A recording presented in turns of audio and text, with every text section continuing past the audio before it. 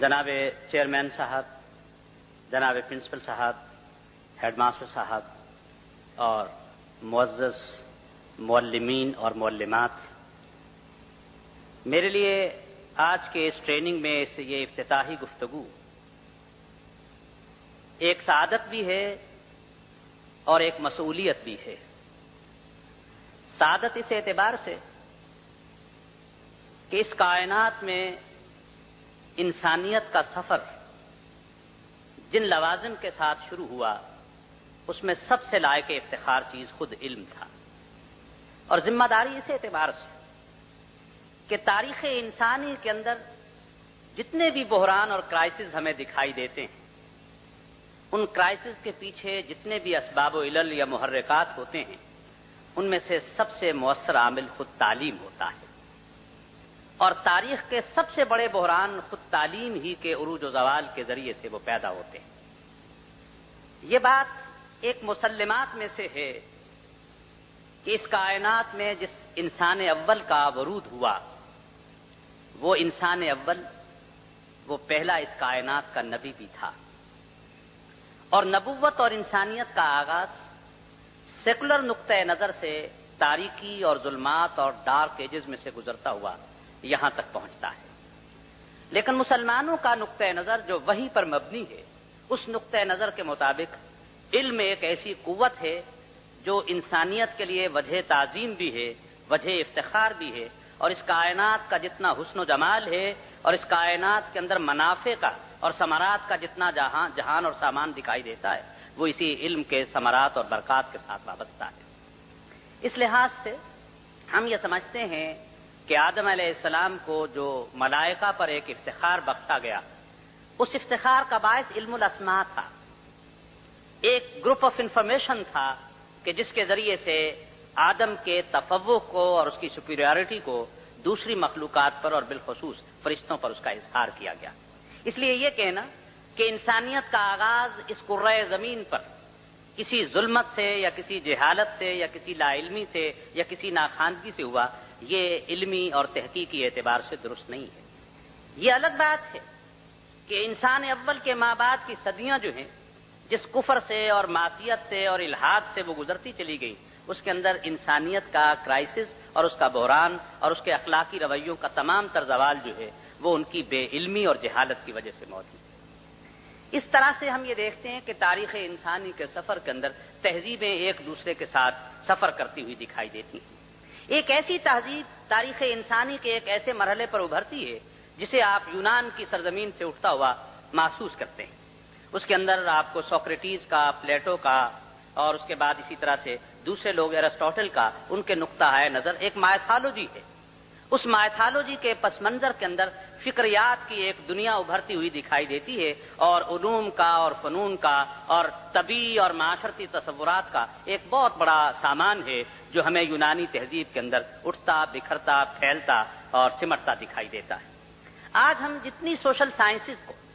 اور جتنی فزیکل اور بایولوجیکل سائنسز کو دیکھتے ہیں، اس کے اوریجنز کو ہمارے ہاں ایک نقطۂ نظر ایسا ہے کہ جو یورپ کے اس ورثے کے ساتھ اس کو منسلک دیکھتا ہے۔ اس کے مقابلے میں ایک دوسرا نقطۂ نظر ہے جو انبیاء علیہ السلام کی تاریخ کے ساتھ ابھرتا دکھائی دیتا ہے، اور ہم یہ بات دیکھتے ہیں کہ 6 صدی عیسوی کا آخری زمانہ اور 7ویں صدی عیسوی کا ابتدائی زمانہ تاریخ انسانیت کے اندر ایک ایسا دور تھا کہ جس کے اندر تہذیبیں اپنے بحران کے کلائمیکس پر پہنچی ہوئی تھی۔ ایک طرف چین کی تہذیب ہے جس کے اندر کنفیوشس مذاہب کے اثرات آپ کو دکھائی دیتے ہیں۔ بدھ مت کی تعلیم جو ہے کئی شکلوں کو اختیار کرنے کے بعد وہ بر صغیر اور اس کے ارد گرد کے ممالک کے اندر پھیلتی دکھائی دیتی ہے، اور اس کے بعد ایرانیوں کے اندر کسرائے ایران کی ایک تہذیب ہے جو ہر اعتبار سے اتنی بد اخلاقی پر مبنی ہے کہ جس کے قصے جو ہیں وہ براؤن کی لٹری ہسٹری آف پرشیا کے اندر آپ تفصیل سے پڑھ سکتے ہیں۔ اس کے اوپر ایرانیوں کے اوپر شام اور عراق کے بابل اور نینوا کے علاقوں کے اندر ایک بڑی غالب تہذیب اس صدی کے اندر ہمیں دکھائی دیتی ہے، اور اس غالب تہذیب کا تذکرہ گبن نے دا فال آف رومن امپائر کے اندر آپ بڑی تفصیل کے ساتھ اس کو کھینچا ہے، جس پر ایک طویل دورانیے کی فلم بھی ایک زمانے کے اندر بہت معروف رہی ہے۔ اس کے بعد ہم یہ دیکھتے ہیں کہ دنیائے معلوم کا جتنا نقشہ ہمارے سامنے پھیلا ہوا دکھائی دیتا ہے، انسان خود انسان کے ہاتھوں رسوا ہوتا دکھائی دیتا ہے، اور ہمیں یورپ کی وہ سرزمین جو آج کے اس عہد کے اندر تیسرے ہزاریے کے اندر علم کی اور ٹیکنالوجی کی اور فنون کی اور سکلز کی ایک معراج پر دکھائی دیتی ہے. یہ وہ سرزمین ہے کہ جس کے میوزیمز کو اگر آپ دیکھنے کی کوشش کریں تو شاہی فرامین پر اس زمانے کے بادشاہوں کے انگوٹھوں کے نشانات آپ کو مواہیر اور سٹیمپس کے طور پر دکھائی دیں گے، اور وہ اپنے ناموں کے دستخط کرنے کے لائق نہیں تھے. یہ وہ دور تھا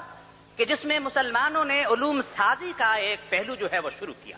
اور تاریخ انسانی کے اندر شاید کوئی دوسرا مذہب آپ کو ایسا نہیں دکھائی دے گا جس کی اساس اور جس کی بنیاد اور جس کی فاؤنڈیشن کو علم کے لفظ کے ساتھ اور تعلیم و تعلم اور درس و تدریس کے ایک پورے نظام کے ساتھ وابستہ کر کے انسانیت کے سامنے پیش کرنے کی کوشش کی گئی ہو. اس اعتبار سے تعلیم ایک فلسفہ بھی ہے، لیکن ایک فلسفے سے بڑھ کر ایک روح عمل ہے، اور اگر تعلیم سے اس کی روح عمل چھین لی جائے تو تعلیم بذات خود ایک جہالت بن کر رہ جاتی ہے. اور یہ بات نہ صرف گزشتہ صدیوں کے اندر تھی، بلکہ فلسفہ تعلیم اور تاریخ تعلیم کے طلباء اس بات کو جانتے ہیں کہ تاریخ انسانی کے اندر علم کا فروغ اصل چیز نہیں ہے، بلکہ علم کے حوالے سے شخصیت کے اندر جو ایک تہذیبی نکھار پیدا ہونا چاہیے، اس کے رویوں میں اور ذہنی میلانات کے اندر جو ایک انقلاب پیدا ہونا چاہیے، اگر تعلیم کے ساتھ وہ انقلاب وابستہ نہیں ہے تو تعلیم بذات خود ایک جہالت بن جاتی ہے. Professor C.M. جوڈ جو اس زمانے کا ایک بہت بڑا فلسفی ہے اور پول سائنس کا ایک ماہر ہے، جس نے ماڈرن پولیٹیکل تھیوری کے اندر ایک بڑی عجیب بات لکھی. وہ یہ کہتا ہے کہ میں تسلیم کرتا ہوں کہ دور حاضر کا انسان جو ہے یہ سائنس اور ٹیکنالوجی کی ترقی کی بنیاد پر وہ مچھلیوں کی طرح سطح سمندر پر تیرنا بھی سیکھ جائے گا، پرندوں کی طرح فضاؤں میں اڑنا بھی سیکھ جائے گا، لیکن افسوس کہ اسے انسانوں کی طرح روئے زمین پر رہنا نہیں آئے گا. یہ المیہ ہے جس المیہ کا آج کا عالم بھی شکار دکھائی دیتا ہے. یہ حالات کا ایک ستم رانی کا ایک قافلہ ہے جو صدیوں تک پھیلا ہوا دکھائی دیتا ہے. تو فلسفہ تعلیم کے اندر یونانیوں کے تصورات اولین ہمارے سامنے ہمارے ماہرین نے ہمارے سامنے پیش کیے کہ فلسفہ تعلیم کی ابتدائی تحریریں جو ہیں وہ یونانیوں کی تحریروں سے ملتی ہیں. ہمیں اس بات کا اعتراف کرنا چاہیے کہ اس میں کوئی شک نہیں ہے کہ پلیٹو کی ریپبلک میں، سوکریٹیز کے ڈسکورسز میں، ارسطوٹل کے مختلف قسم کے جو تحریریں ہیں ان کے اندر جہاں اور بہت ساری چیزوں پر نقطہ نظر ملتا ہے، خود علم کے بارے میں ملتا ہے. لیکن منطق اور علم کے وہ رویے جو ارسطو کے ساتھ وابستہ تھے وہ انسان سازی کے لیے یا کسی بڑے معاشرے کے لیے، وہ ایک اشرافیہ کے لیے اور ایک ارسٹوکریٹک سوسائٹی کے لیے تو شاید وہ معاون ہو سکتے تھے، اس لیے کہ ان کی فکر کے دروازے صرف اس معاشرے کے ان بڑے فیوڈلز اور نائٹس اور بڑے لوگوں کے لیے موجود تھے، جبکہ عوام الناس ان حقوق سے اور علم کی اس روشنی سے یکسر محروم تھے. اس لیے ایک ایسا معاشرہ جو سراسر طبقات میں بٹا ہوا دکھائی دیتا ہے. وہ تعلیمی فلسفہ جو انسان کو ایک انسانی یونٹ کے طور پر ٹریٹ نہیں کر سکتا ہے اور طبقات کے اندر طبقات در طبقات میں تقسیم کرتا چلا جاتا ہے اور جمہوری روح کی بجائے وہ ایک اشرافیہ کی اور اسٹوکریسی کی روح کو پیدا کرتا ہے، ایک ایسے تصور علم کو انسانیت کے لیے ہم کیسے نافع تصور کر سکتے ہیں؟ یہی باعث ہے کہ رومیوں کی تہذیب کے اندر اور کسرا ایران کی تہذیب کے اندر اور اس زمانے کی انڈین مائتھالوجی ہو یا ایجپشین مائتھالوجی ہو یا چائنیز کی مائتھالوجی ہو، ان ساری ریچولز میں اور مائتھالوجیز کے اندر علم کا تصور انسانیت کی تحقیر کے ساتھ وابستہ دکھائی دیتا ہے. کوئی ایسا سوسائٹی کا نقشہ، کوئی حالات کی ایسی خوبصورت یا خوشنما تصویر ہمیں دکھائی نہیں دیتی جس کی بنیاد پر ہم یہ کہہ سکیں کہ یہ وہ تصورات علمی تھے جنہوں نے ایک سوسائٹی کو اور ایک اسٹیٹ کی جو کرافٹسمین شپ ہے اس کے بنانے کے اندر کوئی بہت بڑا کردار انجام دیا. اس لیے ہم یہ سمجھتے ہیں کہ علم کا تصور اس تاریخ کے اندر ماں سوائے اس بات کے کہ عملی اعتبار سے اس کے مظاہر کیا موجود تھے، جب وہ مظہر ہمارے سامنے پیدا نہ ہو تو ہم اس کو تصور علمی تسلیم نہیں کر سکتے. اس لحاظ سے تاریخ کے ایک ادنا طالب علم اور دنیا کے اندر تہذیبوں کے عروج و زوال کی جو داستان خود مستشرقین کے ہاتھوں مرتب ہو کر ہم تک پہنچی ہے، اس کے مطالعے سے یہ بات ظاہر ہوتی ہے کہ 6 صدی عیسوی کے اختتام تک انسانیت، اسٹیٹ اور سوسائٹی ہر دو اعتبار سے کسی بہت بڑے منظم معاشرے کی صورت سے وہ محروم دکھائی دیتی ہے اور طبقات کی حکمرانی ہے اور انسان کی نفس پرستی اور انسان کی اغراض کی حکمرانی چاروں طرف دکھائی دیتی ہے. اور یہ اغراض کی حکمرانی اتنی خوفناک شکلیں اختیار کرتی ہے کہ خود گبن اس بات کو لکھتا ہے کہ ٹھنڈی شکار گاہوں سے جب شہزادے واپس لوٹتے تھے تو 2 تازہ دم غلاموں کے پیٹ چاک کر کے اپنے ٹھنڈے پاؤں اس میں داخل کرتے تھے تاکہ نیچرل ہیٹنگ کے ساتھ ان کو سکون مل سکے. اور پھر اسٹیٹ کو یہ ڈائریکٹو ایشو کرنا پڑا کہ ایک وقت میں کوئی شہزادہ 2 سے زیادہ غلاموں کے پیٹ چاک نہیں کر سکتا، اس لیے نہیں کہ کوئی جذبہ ترحم جو تھا وہ وہاں پر درپیش ہوا، بلکہ اس لیے کہ یہ سلیو کا انسٹیٹیوشن کہیں ختم ہو کر نہ رہ جائے. اسی زمانے کے اندر آپ ڈکشنریز کے اندر آپ دیکھیے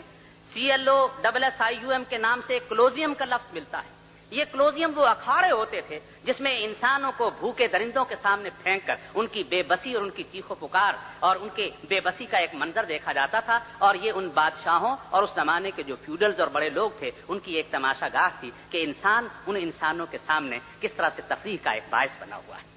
خود کسرا ایران کے آپ دیکھ لیجئے، یزدجرد کے ہاں اپنی بیٹی کے ساتھ اور بہرام کے ہاں اپنی بہن کے ساتھ شادی کا اور ازدواج کا ایک تعلق آپ کو دکھائی دے گا، اور آپ ایران کی تاریخ کی کتابوں کے اندر پڑھ سکتے ہیں۔ اسی کے رد عمل کے اوپر مانی اور مزدق کی جو بہت ساری تحریریں ہیں وہ ہمارے سامنے آتی ہیں، اسی کا تذکرہ آپ یند میں اور پایند میں اور آوستہ کے اندر بھی دیکھ سکتے ہیں۔ اس لحاظ سے میں یہ کہنا چاہوں گا کہ دنیا کے اندر جتنی تہذیبیں ہیں اور ان تہذیبوں کے پس منظر کے اندر جتنے تصورات علمی ہیں اور علم و حکمت کے بارے میں جتنے تصورات پائے جاتے ہیں، ان تصورات کے نتیجے میں کوئی پاکیزہ معاشرہ یا کوئی مہذب ریاست ایسی نہیں ہے جو وجود کے اندر ہمیں آتی ہوئی دکھائی دے۔ اس لحاظ سے ہم تاریخ عالم کے اس تجزیے اور مطالعے کے بعد یہ کہنے پر مجبور ہیں اور یہ سمجھنے پر مجبور ہیں کہ تاریخ انسانی کا پہلا فکری اور علمی اور تعلیمی انقلاب ہوئی ہے جو کہ 7ویں صدی عیسوی کے آغاز کے اندر پیدا ہوا، اور پھر اس نے مسلسل 5-6 صدیوں تک دنیا کی امامت اور قیادت کا فریضہ جو ہے وہ انجام دیا۔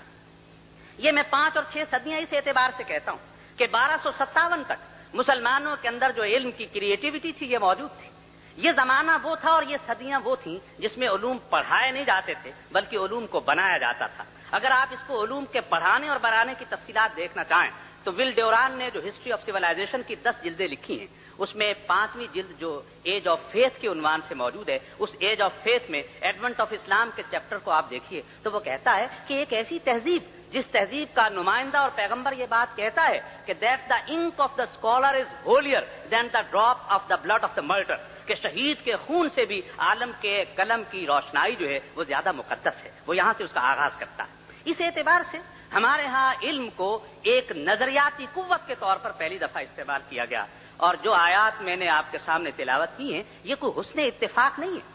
کہ اقرا کے لفظ ان آیات کو پیش کیا گیا، بلکہ مسلمانوں کی پوری تعلیمی حکمت عملی جو ہے ان آیات کے اندر چھپی ہوئی ہے۔ آپ ان کا تجزیہ کیجئے، ان کا انالیسس کیجئے، اور اس کے بعد آپ اندازہ لگائیے کہ ایک پورا تعلیمی نظام مرتب ہوتا ہوا دکھائی دیتا ہے۔ اقرا بسم ربک الذی خلق، بتایا گیا کہ پڑھیے، اور یہ تعلیم کا تعلق پھر اس ذات کے ساتھ جا کر جڑنا چاہیے جو کہ انسانیت کی خالق ہے، اور پھر یہ بتایا گیا کہ تمہارا وجود حیثیت ہی کیا رکھتا ہے،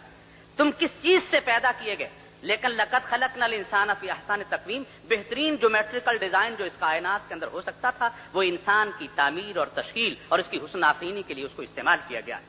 پھر اس اعتبار سے دیکھیے، پھر کہا گیا الذی علم بالقلم،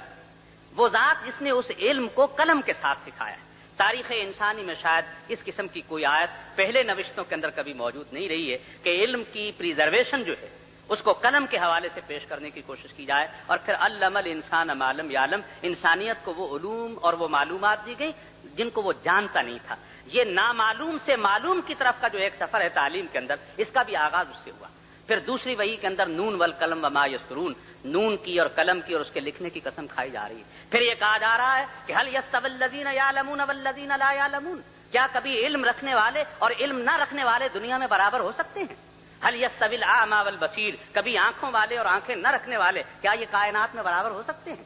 پھر اس اعتبار سے اگر حدیث کی کتابوں کے متون کو آپ دیکھتے چلے جائیے تو کوئی حدیث کی ایک ایسی کتاب نہیں ہے جہاں پر آپ کو کتاب العلم کے نام سے ایک چیپٹر پورا دکھائی نہ دے، اور اس کتاب العلم کے جو ضمنی ابواب ہیں ان کو اگر آپ دیکھتے چلے جائیے تو آپ کو اندازہ ہوگا کہ خود تعلیم کیا ہے، اس کی ڈیفینیشن کیا ہے، آداب المعلمین کیا ہیں اور آداب المتعلمین کیا ہیں، یہ ساری چیزیں باتیں موجود ہیں۔ اور پھر ابن خلدون کے مقدمے کے اندر تعلیم کو ایک فلسفے کے طور پر پیش کیا گیا، اور برہان الدین زرنودی تو مسلمانوں کا وہ پہلا ایجوکیشنسٹ تھا جس کا مخطوطہ آج بھی ہمارے لائبریریوں کے اندر موجود ہے، جس میں تعلیم کے فلسفے کو اس کتاب اور سنت کے حوالے سے اس کی تفصیلات کو پیش کرنے کی کوشش کی گئی۔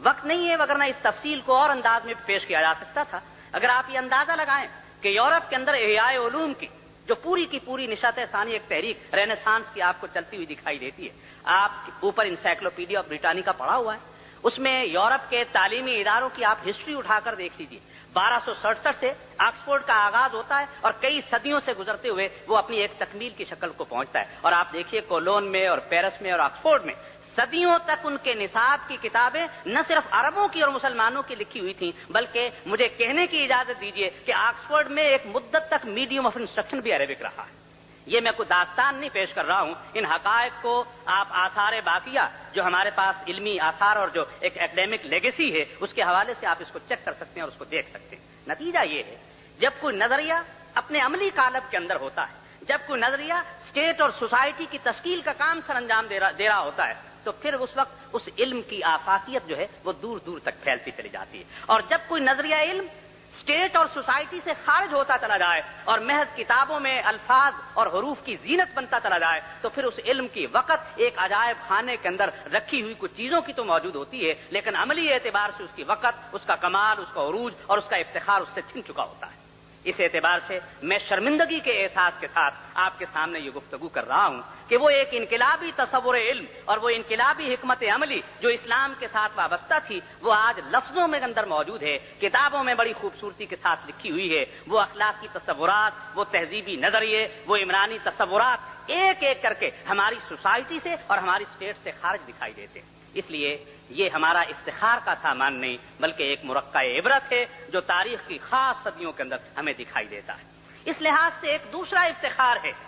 جو کہ کلونیلزم کا احیاء علوم کے ساتھ پھر دنیا کے اندر جو علمی قیادت تھی وہ مشرق سے چھن کر یا مسلمانوں کے ہاتھ سے چھن کر وہ اہل مغرب کے ہاتھوں کے اندر منتقل ہوتی ہے، اور اس کلونیلزم کے دور کے آغاز میں جو 16ویں صدی عیسوی کے اختتام سے آج تیسرے ہزاریے تک دنیا کے اندر موجود ہے، احیاء علوم کی اس قیادت نے دنیا کے اندر جو ایک فنی اور ایک سائنسی اور ٹیکنالوجی کا ایک انقلاب پیدا کیا ہے۔ آپ دیکھتے چلے جائیے کہ وہ تہذیب آج نہ چاہتے ہوئے بھی ہمارے گھروں میں، ہماری سوسائٹی میں، ہماری اسٹیٹس میں، ہماری انسٹیٹیوشنز میں وہ پورے طور پر داخل ہو چکی ہے۔ لیکن چونکہ اس تہذیب کے پاس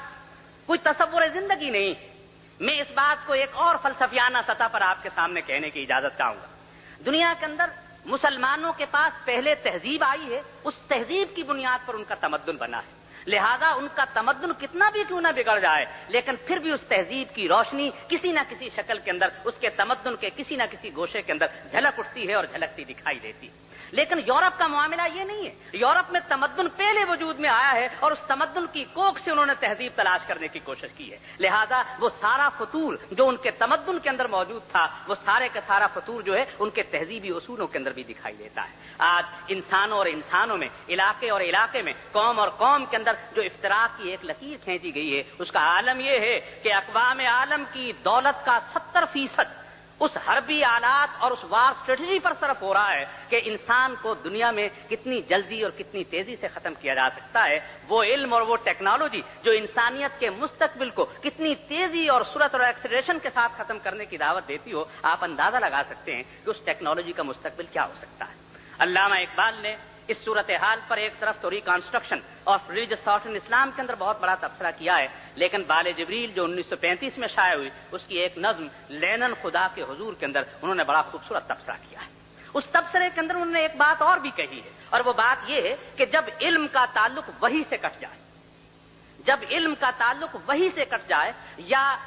دنیا کے اندر سوچ بچار کا علم ریویلڈ نالج کے ساتھ اور ریویلڈ اسکرپچر کے ساتھ ہم آہنگ نہ ہو تو دنیا کے اندر پھر جہالت اور دنیا کے اندر انسانیت کے رویوں کے اندر خرابیوں کی داستان شروع ہوتی ہے۔ کیونکہ یورپ کا پورا علم جو تھا وہ اپنے ریویلڈ اسکرپچر سے کٹا ہوا تھا، اور احیاء علوم کی تحریک جو تھی خالص ریزننگ کی بنیاد پر تھی، اور انسانی ریزننگ کے اندر جو عقلی تفوق کی دنیا ہے اس کی لمیٹیشنز ہیں جس سے آگے وہ نہیں جا سکتا تھا۔ جب انسان خود اپنی فطرت سے بغاوت کرتا ہے تو جہالت کا سب سے بڑا بحران تاریخ کے اندر جنم لیتا ہے، اور آج یورپ فلسطین میں اور چیچنیا میں اور بوسنیا میں اور جگہ جگہ جو کچھ کر رہا ہے یہ وہ اخلاقی بحران ہے جو تعلیم کی نظریاتی اساس نہ ہونے کی وجہ سے کسی قوم کے اندر علم پھر وہ فطور بنتا ہے اور انسانیت کی تباہی کا ایک پیش خیمہ وہ ہمارے سامنے دکھائی دیتا ہے۔ اس لحاظ سے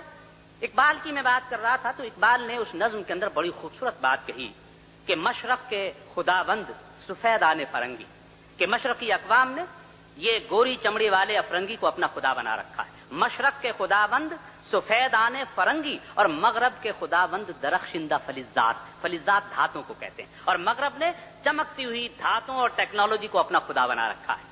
اور پھر کہتے ہیں وہ قوم کے فیضان سماوی سے ہو محروم، حد اس کے کمالات کی ہے برق و بخارات، کہ وہ قومیں جو فیضان سماوی یعنی علم وحی کی روشنی میں زندگی بسر کرنے کی بجائے ریزننگ کے ساتھ ہی صرف زندگی بسر کرنے کی کوشش کرتی ہیں، پھر ان کے کمالات کی جو حد ہے وہ برق و بخارات اور ٹیکنالوجی کی دنیا ہوتی ہے۔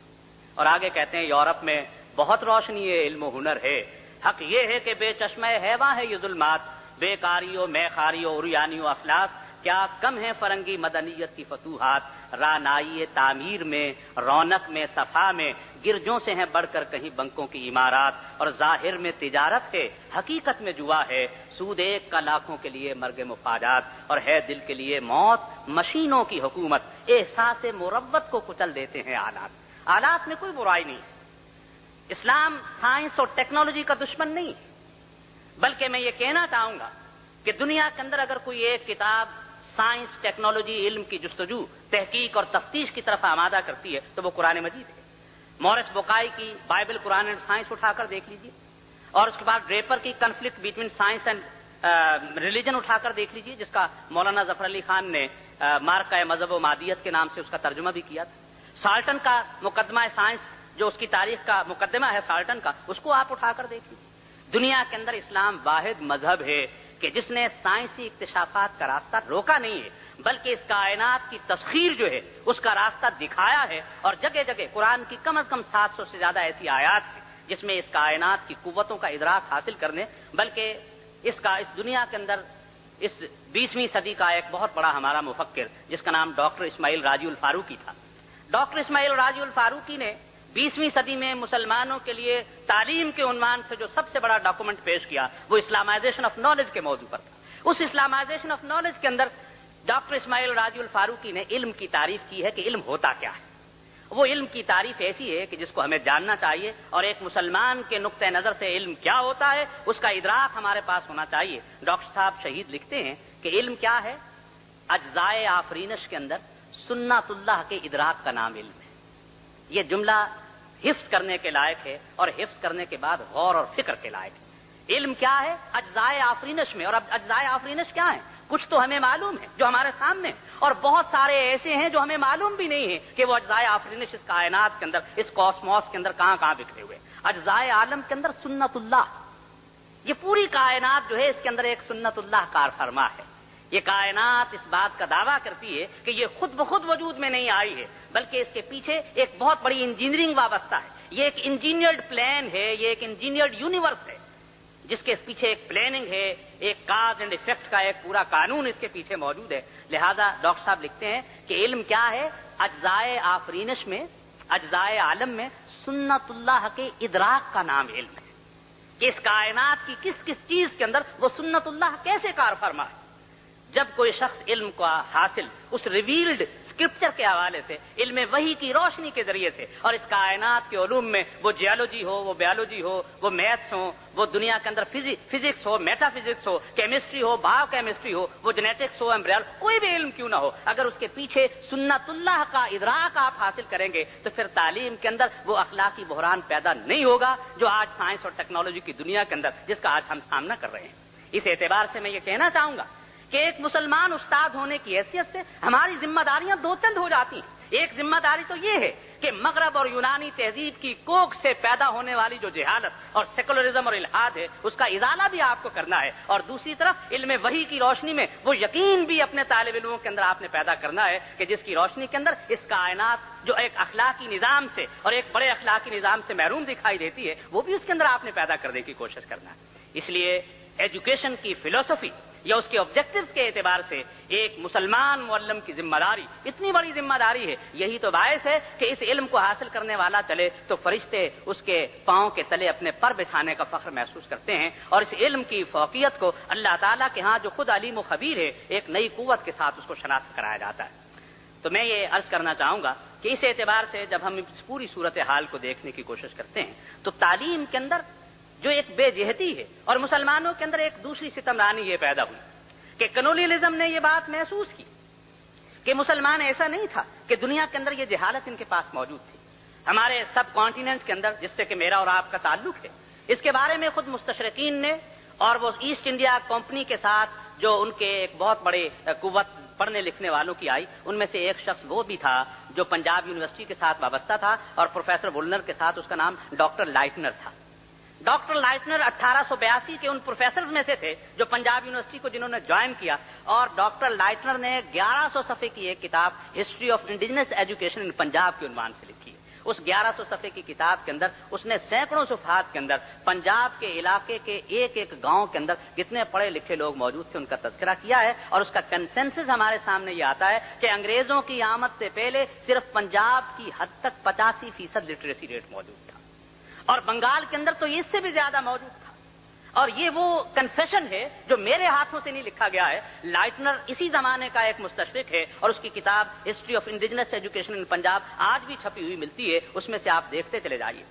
کمال یار جنگ کی رپورٹ 1941 کے اندر ہمارے سامنے آئی، اسے پڑھتے چلے جائیے۔ خود انگریزوں کے زمانے میں کچھ 33 سے زیادہ ایجوکیشنل رپورٹس لکھی گئی ہیں، اور پھر جب ایشیاٹک سوسائٹی کلکتہ کے اندر بنی ہے اس کی رپورٹس کو اور کاموں کو دیکھیں، اصل بات یہ تھی کہ انگریز اس بات کو سمجھتے تھے کہ جس قوم سے ہم نے اقتدار چھینا ہے وہ ہندو یا سکھ یا پارسی یا جینی یا بدھ نہیں ہے، بلکہ جس قوم سے ہم نے یہ اقتدار حاصل کیا ہے یہ وہ قوم ہے جو 1000 سال تک 711 سے لے کر کسی نہ کسی درجے میں 1857 تک اس شبہ کارے اور اس سب کانٹیننٹ کے اندر ایک حکمران قوم تھی، اور صرف حکمران نہیں تھی، اس کا ایک پورا سسٹم تھا، ایک پورا نظام تھا، اور اس نظام کے اندر سارے مذاہب کے اور اقوام کے حقوق کا اس درجہ احترام پایا جاتا تھا کہ ان بادشاہتوں کے اندر کثرت کے ساتھ وہ سلاطین موجود تھے جن کے درباروں کے اندر دوسرے لوگوں کے رسائی جو تھی اور مذاہب کی رسائی موجود تھی۔ خود عباسیوں کے دور میں جو دوسری صدی ہجری کا دور ہے اس زمانے کے اندر مسلمانوں کی سب سے بڑی لائبریری جو کہ مامون کے زمانے کے اندر بنی اور خزانۃ الحکمت اور بیت الحکمت اور بیت المامور اور کئی ناموں سے پکاری جاتی تھی، اس کا چیف لائبریرین یعقوب شیلانی ایک کرسچن تھا، اور وہ صرف ایک ان کا کیٹالاگر اور ان کا کلاسیفائر اور لائبریرین نہیں تھا بلکہ بہت بڑا شاعر تھا، اور بڑے شہزادوں کی اس نے حجویات لکھ رکھی تھی۔ لوگوں نے شکایت کی کہ یہ کیسا ملازم ہم نے اپنی سینٹرل لائبریری کے اندر رکھا ہوا ہے کہ جو نہ صرف تہذیب نہیں جانتا ہمارے شہزادوں کی بڑے بڑے لوگوں کی حجویات بھی لکھتا ہے۔ تو بادشاہ نے کہا کہ اس کی صلاحیت کے برابر اگر سوسائٹی میں کوئی دوسرا آدمی ہے تو مجھے ریپلیسمنٹ کے اندر کوئی انکار نہیں ہے۔ یہ وہ احترام ہے جو مسلمانوں نے اپنے گئے گزرے زمانے کے اندر بھی لوگوں کو دینے کی کوشش کی۔ اس لحاظ سے ہماری تہذیب کے اندر، کیونکہ ہماری تہذیب کے اندر جو سب سے پہلا بڑا ڈاکومنٹ دیکھا گیا وہ مدینہ کی کاسموپولیٹن سوسائٹی کے اندر first written constitution of the world تھا، جس کی فریزیولوجی کے اندر 52 آرٹیکلز میں سے 27 اگر مسلمانوں کے لیے تھے تو 27 آرٹیکل جو تھے وہ نان بلیورز اور غیر مسلموں کے ایک اسلامک اسٹیٹ کے اندر زندگی گزارنے کے حقوق کے ساتھ متعلق تھے۔ ہماری تہذیب ایک سوشل کانٹریکٹ، ایک نظریہ معاہدہ عمرانی پر بیس کرتی تھی، اور یہ اس تعلیمی نظام کی وجہ سے تھے جو انسانیت کو آگے لے جانے کی کوشش کرتا ہے۔ اس لحاظ سے مسلمان جو تھے یہ کلونیلزم کے زمانے کے اندر انہیں اپنے علم کی جڑ سے کاٹ دیا گیا، اور پھر ہمارے ہاں 2 قسم کے رویے پیدا ہوئے۔ بر صغیر کے اندر ایک شخصیت تھی جس کا نام مولوی مملوک علی تھا۔ اس مولوی مملوک علی کے 2 شاگرد تھے، ایک شاگرد کا نام سر سید احمد خان تھا اور دوسرے شاگرد کا نام مولوی محمد قاسم تھا۔ ان دونوں شاگردوں نے ہمارے اس تعلیمی نظام کی وحدت کو 2 دھاروں کے اندر تبدیل کر دیا۔ وہ تعلیمی نظام جو مغل اسٹیٹ کی اور مغل سوسائٹی کی اور مغل گورنمنٹ کی ساری اسٹیبلشمنٹ کی ضرورتوں کو پورا کرنے والا نظام تھا، وہ ختم ہو گیا، اور اس کے نتیجے کے اندر ایک ایسا نظام جس میں اپنے عقائد اور اپنے متون کے تحفظ کے لیے کچھ باتیں لکھی جاتی تھیں وہ ہمارے ساتھ باقی رہ گیا۔ سر سید احمد خان اپنے سارے اخلاق کے باوجود، اگرچہ انہوں نے سائنسی اور میں یہ سمجھتا ہوں کہ تجدید علوم کے اندر ان کا مقام ہے، لیکن تہذیبی اعتبار سے ایک ایسا احساس مروبیت جو تھا وہ مسلمانوں کے سامنے آیا کہ مسلمانوں کی تہذیب اپنی صدی کے ایک بدترین بحران کے ساتھ دوچار ہوئی، اور وہ بحران علم کی تنویت یا نالج کی ڈیولیزم کا ایک بحران تھا کہ علم جو تھا پہلے مسلمان ان ٹوٹو ایک علم کا تصور رکھتے تھے، ان کے ہاں دین اور دنیا کی تقسیم کا کوئی تصور موجود نہیں تھا، اور کلونیلزم کے زمانے کے اندر سب سے بڑا فتنہ مسلمانوں کے تعلیمی نظام کے اندر یہ پیدا ہوا کہ مسلمانوں کا تعلیمی نظام ایک طرف مسجد تک محدود ہو گیا اور دوسری طرف جدید درسگاہوں تک محدود ہو گیا۔ اب یہ تنویت کی ایسی خلیج تھی جس نے انسانوں اور مسلمان سوسائٹیز کے اندر مستقل 2 طبقات کو پیدا کیا، اور کچھ لوگ تو تھے جنہوں نے اس تصور کو محسوس کیا۔ شاہ ولی اللہ کے بیٹے شاہ رفیع الدین جنہوں نے 1805 میں قرآن مجید کا اردو میں پہلا ترجمہ کیا، انہوں نے پہلا فتویٰ بھی دیا کہ انگریزی زبان حاصل کرنا چاہیے۔ یہ بات غلط ہے کہ علماء دین کے اندر کوئی انگریزی زبان کے ساتھ کوئی تعصب موجود تھا۔ زبانیں تو دنیا کے اندر اظہار اور ابلاغ کا ایک ذریعہ ہے، یہ تعصب کا ذریعہ نہیں ہے، اور 1857 سے پہلے ہمارے مرحوم دوست پروفیسر سید محمد سلیم صاحب نے تو خود ایک کتاب لکھی ہے کہ 1857 سے پہلے ہندوستان کے اندر علماء کی صفوں کے اندر کتنے لوگ تھے جو انگریزی زبان کو نہ صرف جانتے تھے بلکہ اس کے اندر تحریر اور تصنیف کا فن بھی جانتے تھے. یہ ایک الزام ہے مسلمانوں پر. رسول اللہ صلی اللہ علیہ وسلم نے اپنے زمانے کے اندر 12 لاکھ مربع میل کی ریاست کے باہر کی ریاستوں کے اندر جو ایمبیسڈرشپ کی ہے, کوئی ایمبیسڈر آپ نے کبھی ایسی ڈومینین اور اسٹیٹ کی طرف نہیں بھیجا جس کو پہلے زبان نہ سکھائی گئی. اس اعتبار سے یہ طرز عمل ایک جہالت کا طرز عمل ہے کہ مسلمان شاید کسی زبان کے ساتھ عداوت رکھتے ہیں. ایسا نہیں. البتہ یہ ضرور ہے کہ ہر علاقے کی زبان ایک تہذیب کی, ایک کلچر کی نمائندہ ہوتی. ہم دنیا کے اندر لنگوسٹکس کے اعتبار سے اس بات کو سمجھتے ہیں کہ ایک بچے کا یہ بنیادی حق ہے کہ وہ بنیادی تعلیم کی حد تک اپنی ماں کی زبان کے اندر اس کو وہ حاصل کرے. اسی طرح اس کا حق ہے کہ اس ملت کے اندر جو ایک علمی زبان ہے, اس ابتدائی درجے کے بعد جو اس کا ثانویہ اور اس کے بعد کے مدارج ہے, اس کے اندر وہ ملی زبان کے اندر اس تعلیم کو حاصل کرے. اور اس کے بعد عالمی سطح پر جو علم اور تحقیق اور فنون کی دنیا ہے اس کے اندر لنگوا فرانکا جو بھی بن سکتا ہو اس کو وہ حاصل کرے. ایک زمانہ تھا کہ یورپ کے اندر 19ویں صدی کی ابتدا کے اندر بھی 17ویں سے لے کر 19ویں صدی تک یورپ کے اندر اہل علم جانتے ہیں کہ ایک ایسٹرن موومنٹ کا دور تھا, اور اس ایسٹرن موومنٹ کے اندر جرمنی کے اندر بوڈنسٹیڈٹ تھا. آپ علامہ اقبال کی کتاب پیام مشرق جس کا دیباچہ 8 صفحے کی اردو میں لکھا گیا ہے, ان 8 صفحے کے اردو زبان کے دیباچے کو پڑھیے جس میں چارلس ریمی کے حوالے سے اس کی کتاب جو تھی جس میں یعنی فارسی زبان کا انفلوئنس جو تھا یورپی زبانوں پر چارلس ریمی کی کتاب ہے, اور اس کا تذکرہ پیام مشرق کے ابتدائی 8 صفحات میں کیا گیا ہے. اس کو آپ دیکھیے. صرف یہ نہیں تھا کہ مشرقی زبانوں کا اثر پیدا ہو رہا تھا بلکہ مسلمانوں کے رائمز اور میٹرز کے اندر شاعری کی جا رہی تھی. اور ملٹن جیسے شاعر کو جب خوبصورت آنکھوں کے لیے کوئی لفظ نہ ملا تو وہ غزل ڈائز غزال جیسی آنکھیں لکھتا ہے, اور 3000 الفاظ کا ایک ایسا لیکسیکون. کل میں مکہ کے اندر ایک اہل علم کے پاس موجود تھا, وہ مجھے بتانے لگے کہ کس طرح سے موربات, اگر کوئی لفظ کسی دوسرے زبان سے اپنی زبان عربی میں لایا جائے تو موربات کہلاتے ہیں, فارسی میں لایا جائے تو مفرسات کہلاتے ہیں, ہندی میں لایا جائے تو مہندات کہلاتے ہیں. تو دنیا کے اندر ایسی ہی انگریزی زبان کے اندر, آج انگریزی چاسر اور سپینسر کی زبان نہیں ہے بلکہ اس کے اندر بڑے انقلابات آئے ہیں. آپ قائد کا لفظ عربی زبان میں کہتے ہیں قائد ہے. گائیڈ کو اور قائد کو آپ دیکھنے کی کوشش کریں کہ یہ کیا بنتا ہے. قیاس کو اور گیس کو دیکھنے کی کوشش کریں کہ کیا بنتا ہے. اگر کاف کو گاف کے موربات کے ساتھ تبدیل کرتے چلے جائیں تو کتنے سینکڑوں الفاظ ہیں جو عربی زبان سے. کہنا یہ چاہتا ہوں آپ اسپین کے زمانے کو دیکھیے, اسپینش زبان سے جن لوگوں کا تعلق ہے انہیں معلوم ہے کہ امویان اندلس جو تھے ان کی شاعری نے اور ان کی زبان نے اسپین کے علوم و فنون کو کس درجہ متاثر کیا. علامہ اقبال جب دوسری گول میز کانفرنس سے واپس آ رہے تھے تو میڈرڈ میں انہوں نے ایک خطبہ دیا تھا کہ انٹلیکچولیزم کے اعتبار سے مسلمانوں کی تہذیب نے یورپ کے اوپر کیا اثرات پیدا کیے. وہ خطبہ اگرچہ گم ہو چکا ہے لیکن اس کی رپورٹ ایک اسپینش میگزین کے اندر شائع ہوئی, اور اسی حوالے سے آج وہ ہمارے سامنے موجود ہے, جس سے اندازہ ہوتا ہے کہ جب مسلمان دنیا کے اندر ایک سپر پاور تھے, جب ان کا نظریاتی تفوق علمی اعتبار سے موجود تھا تو یورپ کی تہذیب کے اندر ان کے کھانوں میں, ان کے ڈرائنگ رومز میں, ان کے فن تعمیر میں, ان کی خطاطی میں, ان کے برتنوں میں, ان کے بیٹھنے میں, ان کے اٹھنے میں, ان کے لباس کے اندر وہ اثرات پیدا ہوتے چلے گئے. اور جب نظریے کی قوت تعلیم سے خارج ہو جاتی ہے تو پھر دوسری تہذیب غالب تہذیب بنتی ہے, اور اس کا نقشہ وہی گنگا جمنی نقشہ ہوتا ہے جس کے اندر آج ملت اسلامیہ اس وقت تذبذب کی حالت میں زندہ ہے. حضرات گرامی, فیصلہ یہ کرنا ہے, یہ ایک بات طے شدہ ہے کہ اسلام ایک نقطۂ نظر کا نام ہے.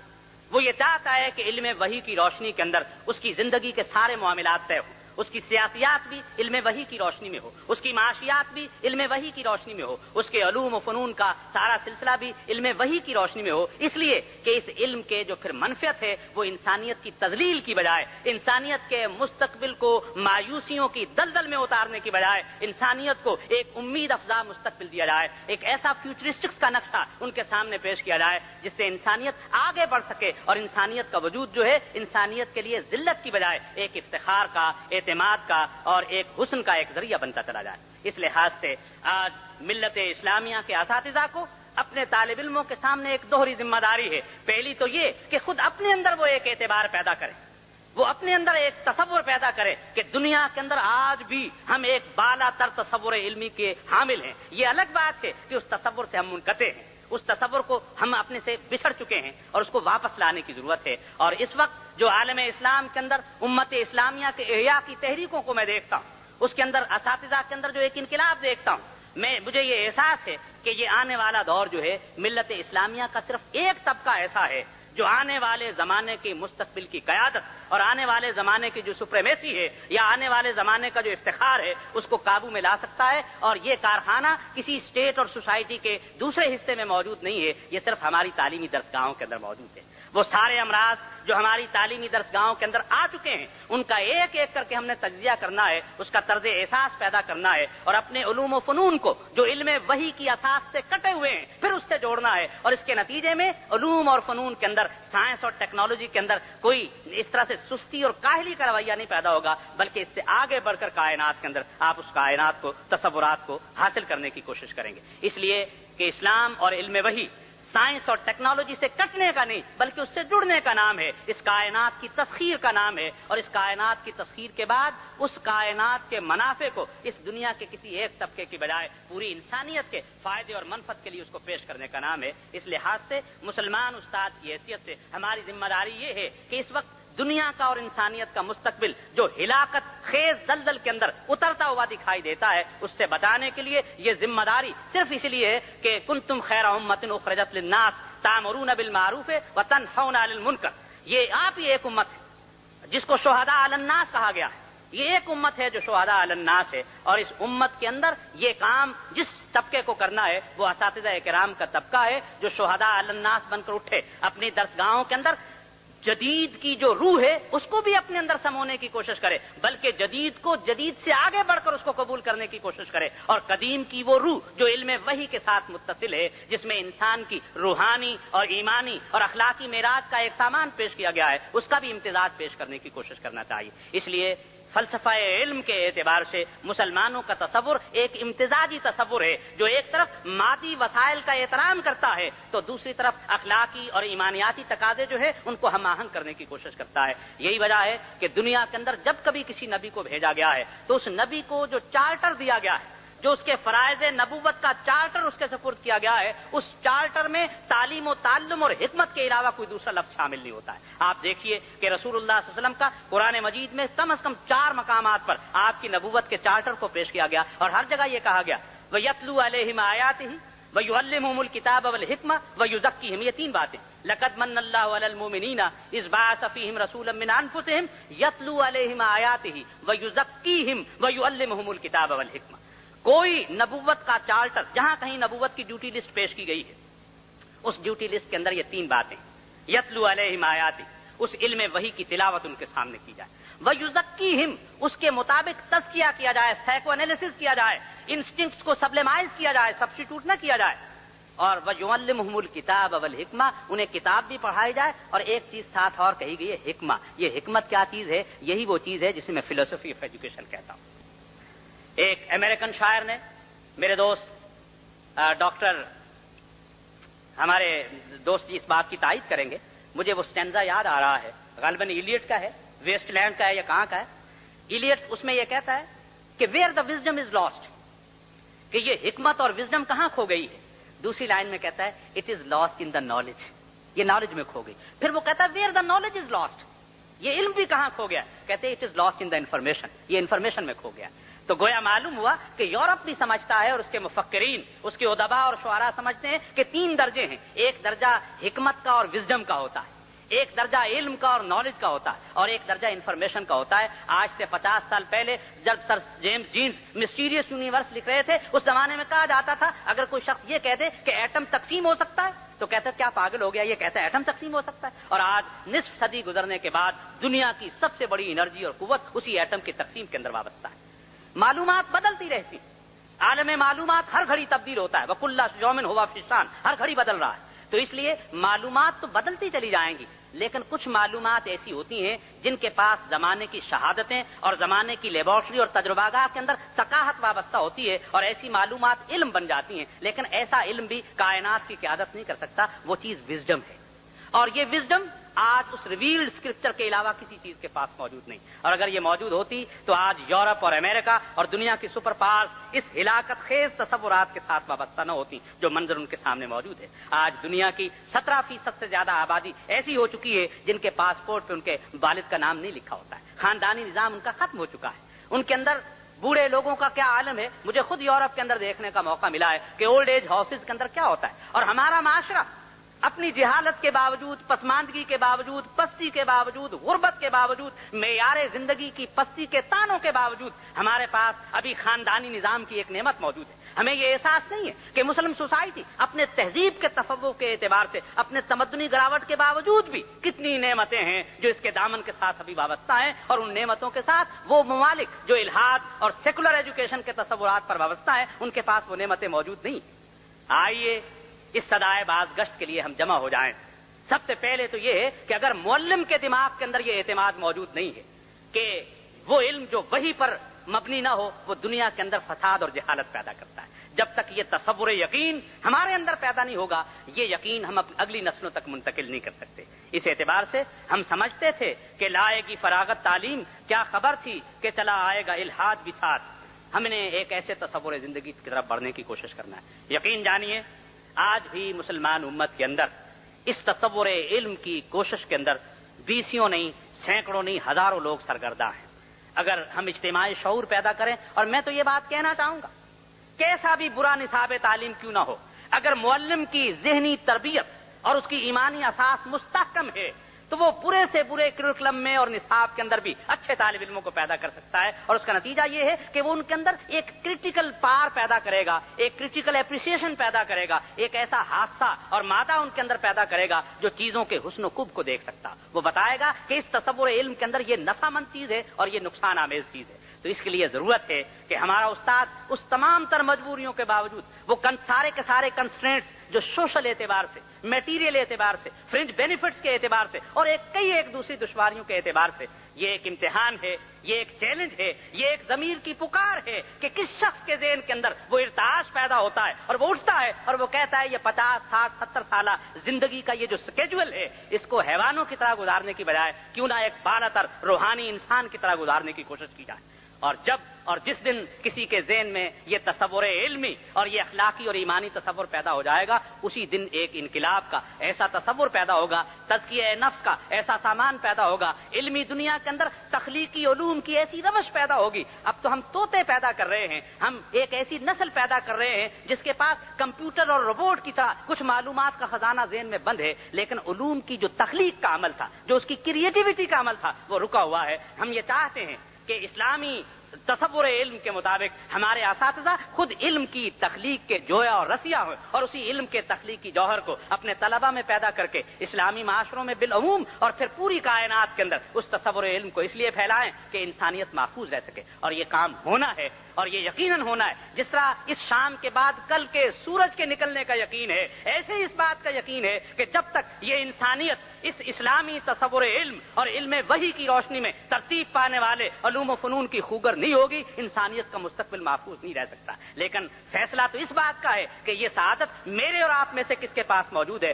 کہ وہ بارش کا پہلا قطرہ بنے اور تہذیب انسانی کے اندر وہ ایک بالاتر شعور پیدا کرنے کے لیے علوم کا جو جمود اور انجماد ہے اس کو ختم کر کے ارتعاش اور شعور کی اور اسٹریم آف کانشیسنس کی ایک ایسے چینل کو پیدا کرنے کی کوشش کرے جو ہمارے لیے بھی وجہ افتخار بن سکے، اور قیامت کے دن ہمارے نامہ اعمال کے اندر وہ تصورات جو علم کے تفوق کے ساتھ وابستہ ہیں ان کے اندر بھی ہمارا نام شامل ہو. یہ باتیں ہونا ہے اور یہ یقیناً ہونا ہے. جس طرح اس شام کے بعد کل کے سورج کے نکلنے کا یقین ہے، ایسے ہی اس بات کا یقین ہے کہ جب تک یہ انسانیت اس اسلامی تصور علم اور علم وحی کی روشنی میں ترتیب پانے والے علوم و فنون کی خوگر نہیں ہوگی، انسانیت کا مستقبل محفوظ نہیں رہ سکتا. لیکن فیصلہ تو اس بات کا ہے کہ یہ سعادت میرے اور آپ میں سے کس کے پاس موجود ہے کہ وہ بارش کا پہلا قطرہ بنے اور تہذیب انسانی کے اندر وہ ایک بالاتر شعور پیدا کرنے کے لیے علوم کا جو جمود اور انجماد ہے اس کو ختم کر کے ارتعاش اور شعور کی اور اسٹریم آف کانشیسنس کی ایک ایسے چینل کو پیدا کرنے کی کوشش کرے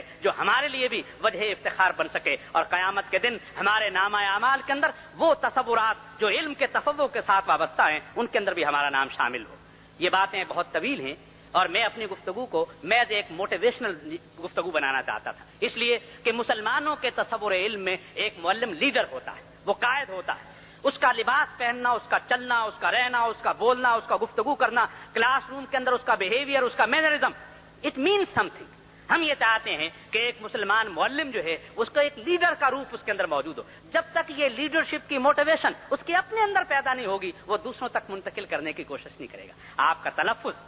آپ کا لباس پہننے کی تلاش خراش، آپ کا کمرے میں داخل ہونا اور کمرے سے باہر نکلنا، آپ کے سبجیکٹ کی ٹریٹمنٹ، آپ کا چاک کو پکڑ کر تختہ بلیک بورڈ کے اوپر لکھنے کا سٹائل، آپ کا بچوں کے ساتھ گفتگو، طرز عمل، آپ کا لب و لہجہ، یہ ساری کی ساری چیزیں جو ہیں ایک شخصیت کو بنانے یا بگاڑنے کے ساتھ تعلق رکھتی ہیں۔ اس اعتبار سے ہم چاہتے ہیں کہ ایک مسلمان معلم ان اخلاقی صفات کے ساتھ مسلح ہو جو اس کے اعلیٰ تر تصور علم کے ساتھ وابستہ رکھیں۔ مجھے یقین ہے کہ میرے بعد جو کچھ دنوں تک آپ کے سامنے لیکچرز رہیں گے، ان میں انشاءاللہ ہم وہ ٹیکنیکس، وہ اسٹریٹجیز، وہ میتھڈولوجیز پڑھنے کی اور سیکھنے کی کوشش کریں گے جو ایک مسلمان معلم کو دنیا کے دوسرے معلموں پر ایک فوقیت ادا کرتا ہے۔ یہ ہے ہمارے ہاں مسلم نقطہ نظر سے ایجوکیشن کی فلسفی، اور یہ ہیں وہ اس کے آبجیکٹو جو ہمارے پیش نظر رہنا چاہیے۔ وآخر دعوانا ان الحمدللہ رب العالمین۔ حضرات کچھ وقت باقی ہے، اگر آپ سوالات کرنا چاہیں تو میں حاضر ہوں۔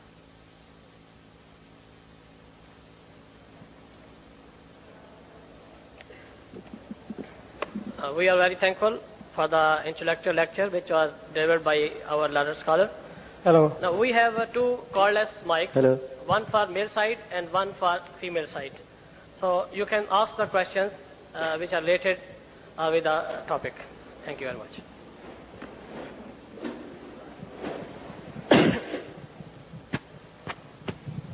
شکر صاحب، السلام علیکم ورحمۃ اللہ وبرکاتہ۔ ایک ٹیچر کا لباس کیسا ہونا چاہیے؟ ہم پاکستان سے، ہمارا ایک نیشنل قومی لباس ہے، Hello. اور ہم اس سے اتنے نفرت کر رہے ہیں کہ یہاں تو الایمان والعفیف، ذرا اس میں تھوڑی روشنی ڈالیے۔ کوئی مسلمان ٹیچر کا لباس بھی کیا اسلامی لباس ہونا چاہیے؟ یہ میں بات واضح کروں اپنے علم کی حد تک، اسلام کے اندر کچھ اصول وہ ہیں جن کو تہذیبی اصول کہا جاتا ہے۔ وہ جتنے 1400 سال پہلے تھے اتنے ہی وہ آج سے صدیوں بعد تک بھی وہی رہیں گے، اس میں سرے منہ کوئی انحراف نہیں ہو سکتا، اس لیے کہ ان کا تعلق ہمارے عقائد اور تہذیبی تصورات کے ساتھ۔ ایک ہے مسلمانوں کے تمدنی تصور۔ پہلے لوگ اونٹوں پر چلتے تھے، گھوڑوں پر سفر کرتے تھے، آج وہ یعنی اس طرح کی گاڑیوں پر فضائی سفر کے اندر اختیار کرتے ہیں۔ اسلام نے اصولی اعتبار سے تمدن کے ارتقاء کے ساتھ ہم آہنگ ہونے کی اور اپنے علاقے کے عرف سے ہم آہنگ ہونے کی اجازت دی ہے، لیکن شرط یہ لگائی ہے کہ اصول دین سے وہ نہ ٹکرائے۔ لہذا ہر وہ لباس جو اصول دین سے نہیں ٹکرائے گا، اس کی کوئی شکل ہو، اس کی کوئی حیت ہو، اس لیے کہ اسلام ایک آفاقی مذہب ہے، اس کو آپ علاقائی سطح پر رسول اللہ صلی اللہ علیہ وسلم نے اپنے عہد کے اندر مختلف قسم کے لباس وصول بھی کیے، کچھ کو پہنا، کچھ کو آگے ہدیے کے طور پر دے دیا۔ میں یہ سمجھتا ہوں کہ اسلام نے تہذیبی اور عقائد کی سطح پر سطر کے جو حدود ایک مرد کے لیے قائم کیے ہیں اور لباس کی جو نوعیت کہ وہ ریشم نہ ہو متعین کی ہے، اس کو باقی جن چیزوں کو جس شکل میں ان سطر کی حدود کے ساتھ قائم رکھے اختیار کرنا چاہیے۔ لیکن مسلمان کی تہذیب اس میں 3 اصول ہیں۔ پہلا اصول اس کے اندر سادگی کا ہے، البداوۃ من الایمان۔ دوسرا اصول جو ہے الاقتصاد و نصف المعیشہ، میانہ روی کا ہے کہ افراط و تفریط نہیں ہونا چاہیے۔ تیسرا اصول جو ہے وہ احساس جمال کا۔ وہ لوگ جو تصور زندگی کو اسلام کے احساس جمال کے بغیر گزارنا چاہتے ہیں، وہ اس کائنات کے حسن کے منکر ہیں جو فطرت کا حسن ہے۔ انسان فطرت کا سب سے بڑا شاہکار ہے۔ اگر حسن فطرت میں موجود ہے تو انسانیت کا سب سے بڑا شاہکار جو ہے حسن فطرت کے اعتبار سے رانائی اور زیبائش کی وہ جائز حدود عورتوں کے لیے اور مردوں کے لیے الگ الگ برقرار رہنا چاہیے، اور کم از کم مجھے ان پر کوئی عذر نہیں ہے۔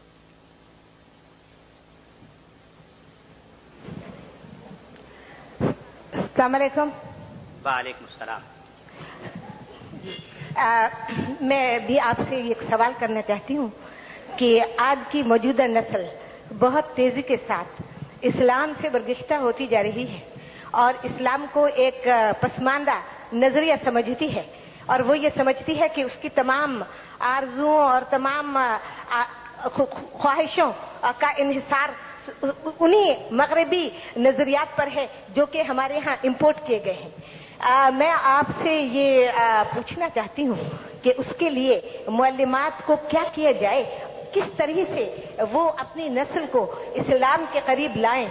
اور وہ تمام اقدار جو کہ ہم بھول چکے ہیں ان کو یاد دلائیں، اور اس کے لیے اساتذہ کو ایک اسلامی نمونہ بننا چاہیے۔ آج کل اسلامی نمونہ بننے کی کوشش نہیں کرتی معلمات اور معلمین، صرف یہ کوشش ہوتی ہے کہ کس طرح اردو زبان میں انگریزی کے پیوند لگائے جائیں اور صحیح طریقے سے علم حاصل نہ کیا جائے. شکریہ. میری بہن کے طویل کامنٹ کا پہلا حصہ ایک سوال پر مشتمل تھا اور مجھے خوشی ہے کہ اپنی گفتگو کے دوسرے حصے میں خود انہوں نے جواب بھی فراہم کر دیا، اس لیے کہ انہوں نے بجا طور پر یہ بات فرمائی ہے کہ جب تک ہم خود ماڈل نہیں بنیں گے دوسرے کو تلقین کرنے کا کوئی فائدہ نہیں ہے. حقیقت یہ ہے کہ اسلامی اصولوں کی روشنی میں زندگی بسر کرنا، میں نے اپنی زندگی میں مختصراً یورپ کو بھی دیکھا ہے، انگلینڈ کے معاشرے کو بھی دیکھا ہے. میں آپ کو پورے اعتماد کے ساتھ کہتا ہوں کہ کلچرل ڈومیسٹک لائف کے اعتبار سے یورپ کی زندگی میں آج بھی کوئی حسن موجود نہیں ہے. وہ طہارت کے تصور سے ابھی بھی نابلد ہے. ایک مدت العمر ان کے ہاں ایسے تصورات رہے ہیں اب بھی. میں یہ سمجھتا ہوں کہ اسلام نے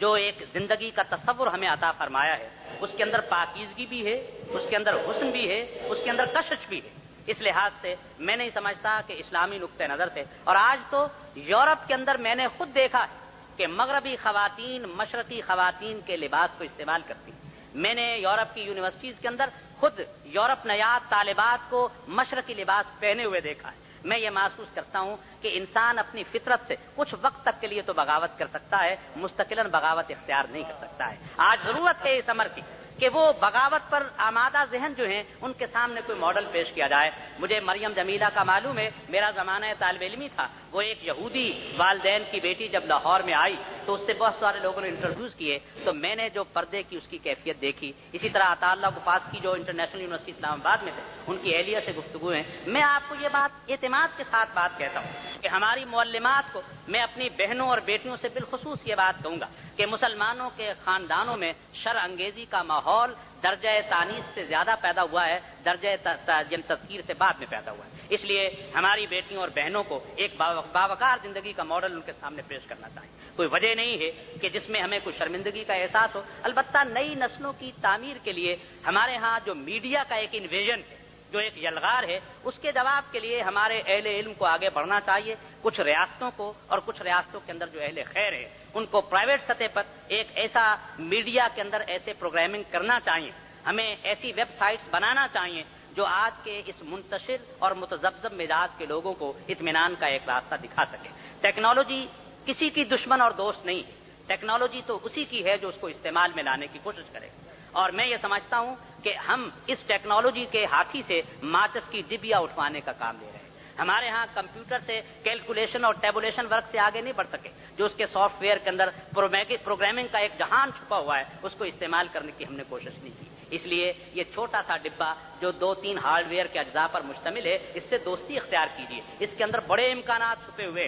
اور جب تک آپ ان امکانات کو استعمال نہیں کریں گے، اچھی ویب سائٹس نہیں بنائیں گے، سافٹ ویئر کے اندر اچھے کلچر کی نمائندگی نہیں کریں گے تو پھر گندگی کا سیلاب تو ہر صورت میں آپ کے چاروں طرف وہ عفونت اور سنڈاس پیدا کرتا رہے گا. اس کا ایک علاج ہے تاریکی کو گالی دینے کی بجائے اپنے حصے کا ایک چراغ روشن کر دیجیے. پھر دیکھیے یہ چراغ جلتے جلتے ایک روشنی کا ماحول پیدا کر دیں گے. السلام علیکم. آپ کے ایڈریس میں علم وحی کا ذکر آ رہا تھا، تو علم وحی سے جو مطلب آپ کا ہے وہ کیا قرآن کریم ہے یا اس سے کچھ کم زیادہ ہے؟ دوسرے نمبر پہ بیالوجی کا اسٹوڈنٹ ہونے کی وجہ سے مجھے یہ تہذیب اور تمدن کا جو ہے وہ ذرا تھوڑا سا سمجھا دیجیے، وہ نہیں سمجھ میں آ رہا. آپ کے یعنی 2.5 سوالات ہیں.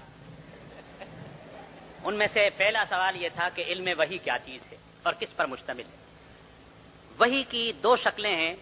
اس لیے کہ وحی ہمیں رسول اللہ صلی اللہ علیہ وسلم سے ہمارے پاس منتقل ہوئی. یہ بات جاننے کے لیے کہ وحی کا وثوق کیا ہے اس پر اب بڑا کام ہو چکا ہے، سائنٹیفک بنیادوں پر بھی کام ہو چکا ہے. میں اس کی ایک مثال دیتا ہوں اس لیے کہ آپ بایولوجی کے آدمی ہیں، آپ جینیٹکس کے حوالے سے اس بات کو سمجھ سکیں.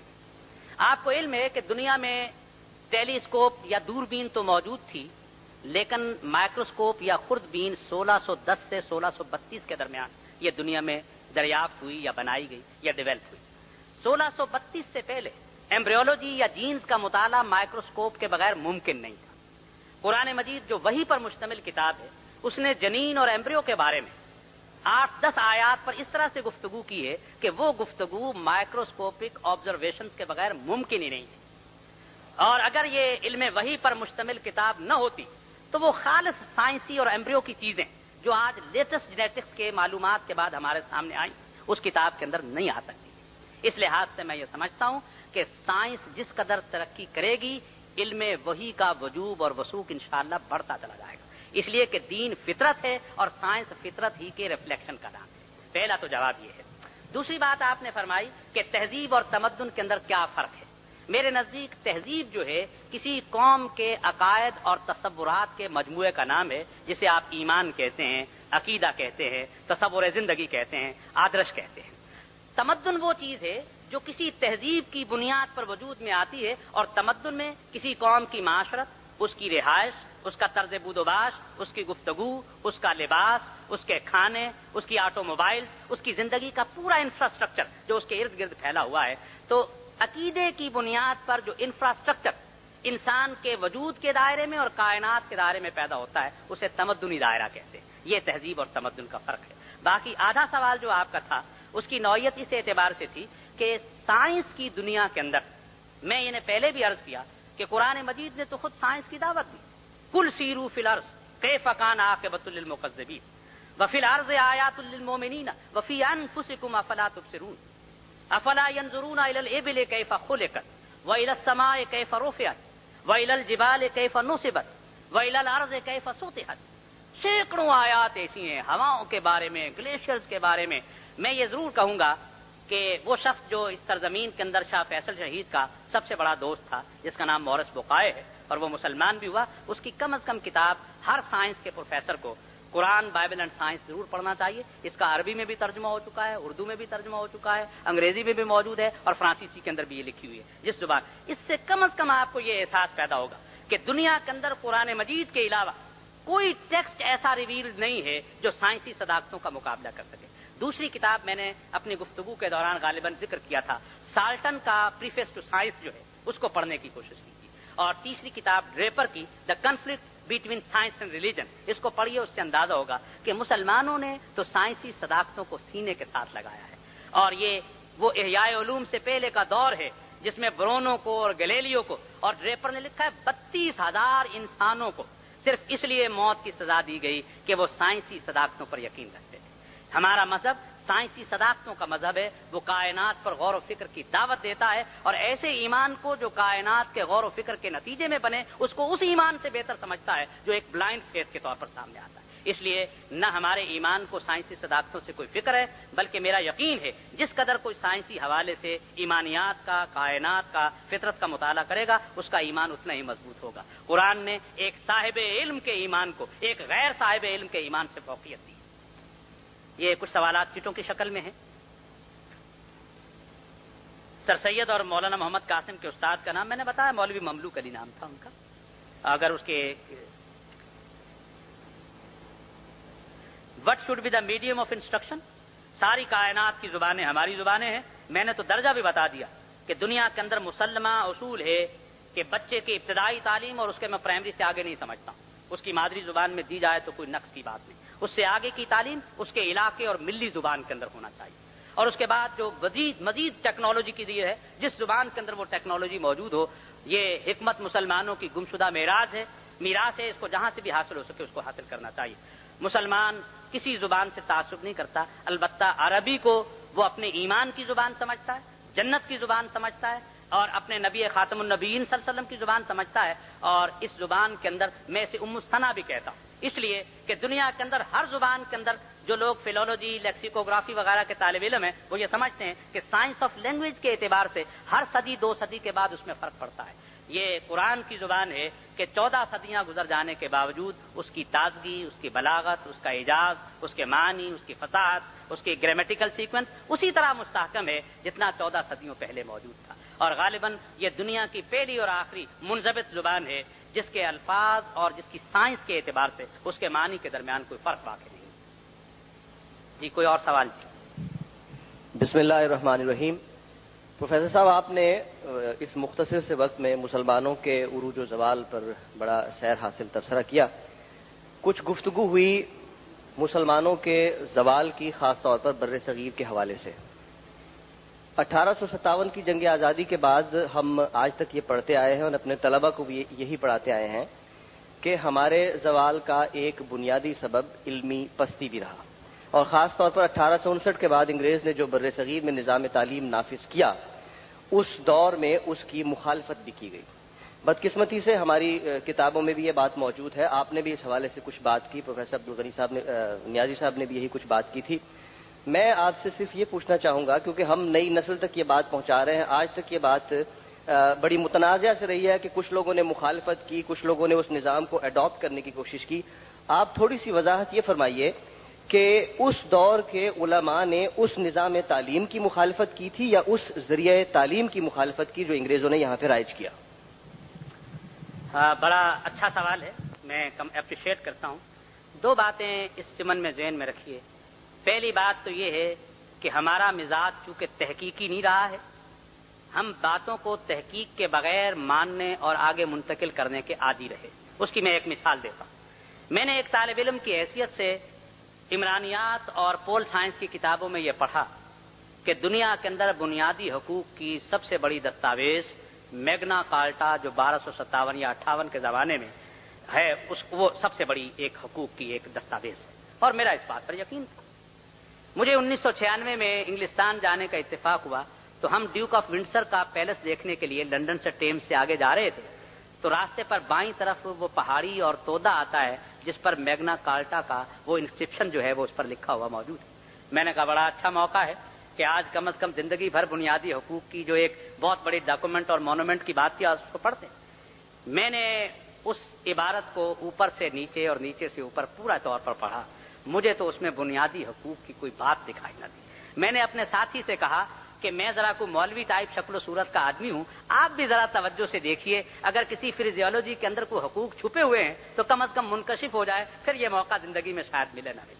غور سے پڑھنے پر معلوم ہوا کہ کنگ جان اور اس زمانے کے فیوڈلز کے درمیان جو کانفلکٹ تھا، اس کے اندر جاگیرداروں اور فیوڈلز کے لیے کچھ رعایات کا اعلان اس میں موجود تھا، جس کو زندگی بھر آج تک ہمیں پول سائنس میں اس کو ایک بنیادی حقوق کی دستاویز کے طور پر پیش کیا جاتا ہے۔ بعض اوقات بے خبری خود ہمارے علم کے اندر ایک غلط رویے کا باعث بن جاتی ہے۔ بین ہی اور بہت ساری باتیں اس قسم کی موجود ہیں جو ہمارے ہاں غلط فہمی پر مبنی ہمارے ہاں پھیلی ہوئی دکھائی دیتی ہیں۔ جہاں تک اس بات کا تعلق ہے، مسلمانوں کا ایک تصور علم تھا اور اس کے مطابق وہ علوم و فنون کو حاصل کرتے رہے۔ یہ جو مسلمانوں کا رد عمل تھا ان کے خلاف، اس رد عمل کی 3 سطحیں تھیں۔ ایک رد عمل یہ تھا کہ پورے طور پر آنے والے نئے شعور کا انکار کیا جائے۔ ہم تسلیم کرتے ہیں کہ ایک را یا ایک کرنٹ انگلش ایجوکیشنل سسٹم کے خلاف رد عمل کی موجود تھی اور وہ مستحکم رہی۔ دوسرا رد عمل یہ تھا کہ منوان اس پورے شعور کو قبول کر لیا جائے، اور یہ رد عمل بھی ہمارے ہاں اسی طرح سے ہمارے ہاں موجود تھا۔ مدرسہ عالیہ کلکتہ کے اندر رائل آسٹیٹک سوسائٹی، سر سید احمد کا MAO کالج علی گڑھ بنانے سے پہلے غازی پور میں سائنٹیفک سوسائٹی کا قیام اختیار کرنا، اللہ حاضل قیاس، یہ ایک دوسرا رد عمل۔ ایک تیسرا رد عمل تھا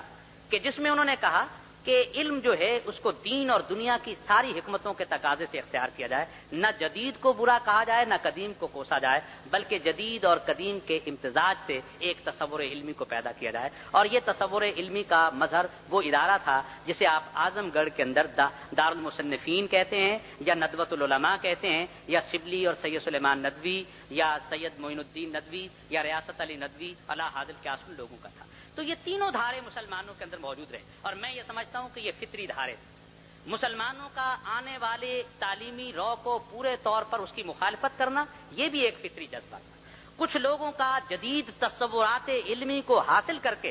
اپنے پاؤں کو مستحکم کر کے ان کا مقابلہ کرنے کے لیے کوشش کرنا، یہ بھی میں یہ سمجھتا ہوں کہ ان کا ایک تصور خیر کی بنیاد پر تھا۔ اور کچھ لوگوں کا یہ کہنا کہ قدیم اور جدید کے سارے حسن کو کسی ایک جگہ ملایا جائے، اس کو بھی کیا جائے۔ میں یہ سمجھتا ہوں یہ تینوں دھارے کسی نہ کسی شکل میں آج بھی موجود ہیں۔ آپ کے جامع ام القرآن کا یا جامع امام محمد کے آپ پراسپیکٹس کو اٹھا کر دیکھ لیجئے، یہ کوشش وہی ہے جو ندوۃ العلماء کے اندر شبلی نعمانی نے اور ان کے ساتھیوں نے اختیار کی تھی۔ اس اعتبار سے ضرورت یہ ہے کہ جب تک تہذیبی عوامل کے اعتبار سے، میں یہ بات بڑی وضاحت کے ساتھ کہنا چاہوں گا اور کسی دوسرے لیکچر میں یہ بتاؤں گا، سائنسی علوم کے اندر نہ سائنس کا مشرق ہوتا ہے نہ سائنس کا مغرب ہوتا ہے، نہ سائنس کا کوئی قبلہ نہیں۔ سائنس دین فطرت ہے، اور ایک مسلمان کی حیثیت سے مجھے سائنس کے کسی تصور کے ساتھ کوئی ضد نہیں ہے، ماں سوائے اس کے کہ یہ تصور علم اپنایا جائے کہ اس سائنسی فینومینن کے پیچھے جو سنت اللہ کار فرمائے وہ کیا ہے، تو یہ خود سائنس کے اندر غور و فکر عبادت بن جائے گا۔ اسی لیے کہ قرآن نے کہا ہے الذین یذکرون اللہ قیاما وقعودا وعلی جنوبہم ویتفکرون فی خلق السماوات والارض ربنا ما خلقت ھذا باطلا سبحانک فقنا عذاب النار. سائنسی غور و فکر بالکل ذکر ہے اور ذکر کی ایک قسم ہے. اور میں یہ پورے اعتماد کے ساتھ یہ بات کہتا ہوں، ہر وہ شخص جو اس کائنات کی قوتوں میں غور و فکر کرتا ہے وہ ذاکر انسان ہے. البتہ تیسری بات جو ہمارے سامنے رہنا چاہیے وہ یہ ہے کہ سوشل سائنسز جو ہیں، ان سوشل سائنسز کا اسٹرکچر الہادی یا سیکولر یا یورپی نظام کے مطابق نہیں ہونا چاہیے. ہمارے مفکرین کی یہ پست ہمتی رہی ہے کہ انہوں نے اپنے سوشل سائنسز کو اپنے تصور دین کے ساتھ ہم آہنگ نہیں کیا ہے. یہ ایک ایسی ضرورت ہے جسے اہل علم کو اب بھی پیش نظر رکھنا چاہیے. اور ہمارے بھائی عبدالعزیز نیازی صاحب سے میں درخواست کروں گا کہ جہاں اللہ تعالیٰ نے انہیں اپنی یونیورسٹی کا چارٹر دیا ہے وہ یہ ایک شعبہ قائم کرے کہ سوشل سائنسز میں، عمرانی تصورات میں، عمرانی علوم کے اندر جو مسلمانوں کا ایک خاص نقطہ نظر ہے جس کی ابتدا ابن خلدون سے ہوئی، بعد میں ابن حزم اور شاطبی نے اس کو آگے بڑھایا، اس راہ کو آگے بڑھانے کی ضرورت ہے. اس میں اجتہادیات کی ضرورت ہے، اس لیے کہ ہمارے معاشروں میں نئی نسل ہو یا پرانی، اس میں جو ذہنی اور فکری بگاڑ ہے وہ سائنسی علوم کے حوالے سے نہیں بلکہ عمرانی علوم کے حوالے سے. لہذا میں اپنے نوجوان دوست سے اتفاق کرتا ہوں کہ ہمارے اساتذہ کے لیے یہ پریشانی کی بات ہے کہ ہماری سوشل سائنسز ہمارے تصور زندگی اور تصور ایمانیات سے ہم آہنگ نہیں ہے، اور طالب علم کے اندر ایک دو عملی، ایک تناقض، ایک تضاد، ایک ڈیولزم جو ہے، ایک کنٹروورسی جو ہے وہ پیدا ہو رہی ہے. ہمیں کوشش کرنا چاہیے ایسے ہی نوجوان، ہم تو عمر کے اعتبار سے کچھ بوڑھے دکھائی دیتے ہیں لیکن ذہن اپنی بڑھاپے کو تسلیم نہیں کرتا. آئیے اس بات کا گلہ کرنے کی بجائے میں اور آپ مل بیٹھیں اور سوشل سائنسز کا قبلہ درست کرنے کی کوشش کریں. بہت شکریہ. Visit Tazkir.org